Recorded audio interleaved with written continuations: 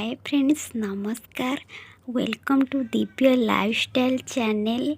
आपण मैंने जानी तो ओडिशा रे ग्रेटफुल होची पियाजी आ एटा तो समस्त को भल लगे। और आसतु आमे बनैबा।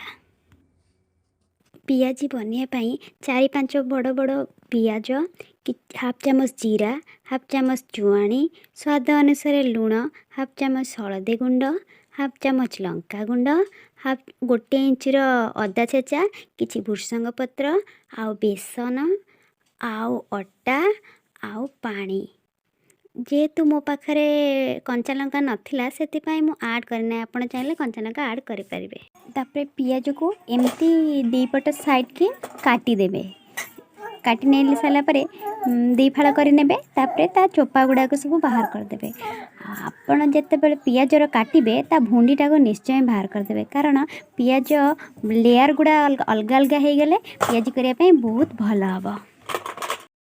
देखो पियाज लेयर गुड़ा बा पाखुड़ा गुड़ा केते सुंदर भावे पूरा अलग हो जाए। पियाजी करने बहुत बढ़िया हम। तापर अदा छेचा पकेबे, हाफ चामच लंका गुंडी पकेबे, हाफ चामच हल्दी गुंडी पकेबे, हाफ चामच जीरा पकेबे, भेसुंगा पतर किछि पकेबे, तापरे लुण पकेबे स्वाद अनुसार।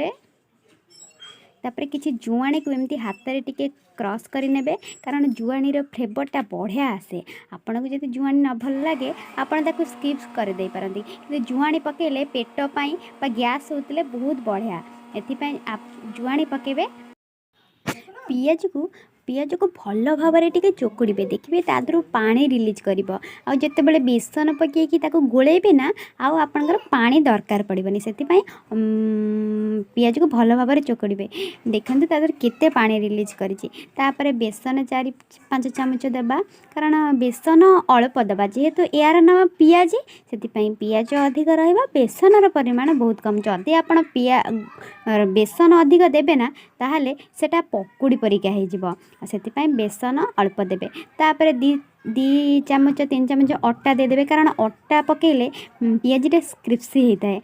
आपण पाखर जदि अरुआ चाउल गुंड थे ना ताहले भी पकई पारे। अरुआ चाउल गुंड पकेले भी पियाजीटा अधिक क्रिस्पी हम।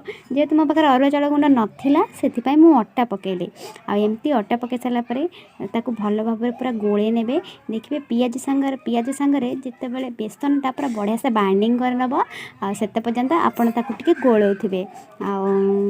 पियाज सांगे जिते बड़े बेसनटा बाइंडिंग हो जाए ना से पियाजटा तेल जिते बड़े आप फ्राए करेंगे सी आ खोली जीव ना। भल भाव फ्राए हो पार पियाजी। आपड़ एमती भल भाव गोलौथे। देखो तो केते सुंदर भाव बेसन पियाज सांगे पूरा बाइंडिंग करके रखी। एबे फ्राए करने स्टार्ट करिबा। मीडियम फ्लेम रे कढ़ाई रे एमती तेल गरम करेंगे। एमती आपण ताको हाथ रे गोल गोल करिकी केयरफुली भाव रे कढ़ाई रे पकेकी फ्राए करेंगे। एमती सब को गोल गोल करिकी फ्राए कर नेबे कढ़ाई रे। पियाज को एमती 2 पट साइड को भल भाव में फ्राए कर नेबे। जेमती कि पियाज आमर 60% हो गलानी। पूरे डार्क गोल्डन ब्राउन कलर हेले ताको गोटे टिश्यू पेपर को बाहर कर नेबे।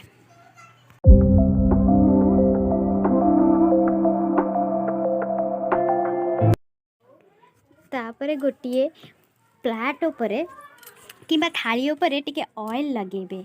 ऑयल लगे सारी पर गोटे बाउलटे नेबे, जोटा कि पछपट प्लाट थी एपरिकी से आउ सब बरा गुड़ी को आणिकु से आस्ते आस्ते से बाउल ऊपर प्रेस करेंगे, जमी बराटा प्लाट हो। एमती सब बरा गुड़ी को गोटे गोटे प्लाट हो सारा पर प्लाट देखो मोर केते सुंदर भाव बरा गुड़ी को सब प्लाट हो जाइए। यहीपरी भाव में सब बरा गुड़ी को गोटे पर गोटे प्लाट कर नेबे।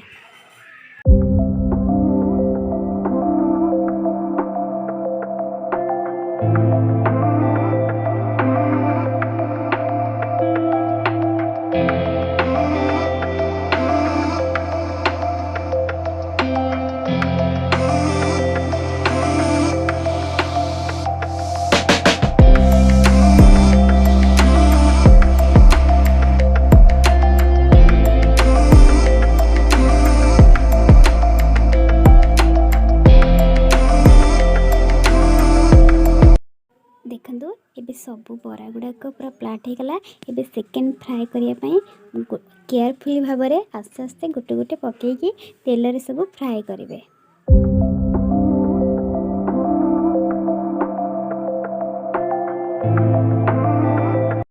ଏବେ ସବୁ ପିଆଜ ଗୁଡ଼ାକୁ ଏପଟ ସେପଟ କରିକି ଓଲଟେଇ ଦେବେ। ଦେଖନ୍ତୁ ପୁରା ଲାଇଟ୍ ଗୋଲ୍ଡେନ୍ ବ୍ରାଉନ୍ କଲର୍ ହେଇଗଲାଣି। ଏବେ ଆସ୍ତେ ଆସ୍ତେ କରିକି ଗୋଟେ ଗୋଟେ କରିକି ସବୁ ବାହାରକୁ ବାହାର କରିଦେବେ। ବାହାର କରିକି ଗୋଟେ ଟିସ୍ୟୁ ପେପର୍ ଉପରେ ରଖିନେବେ।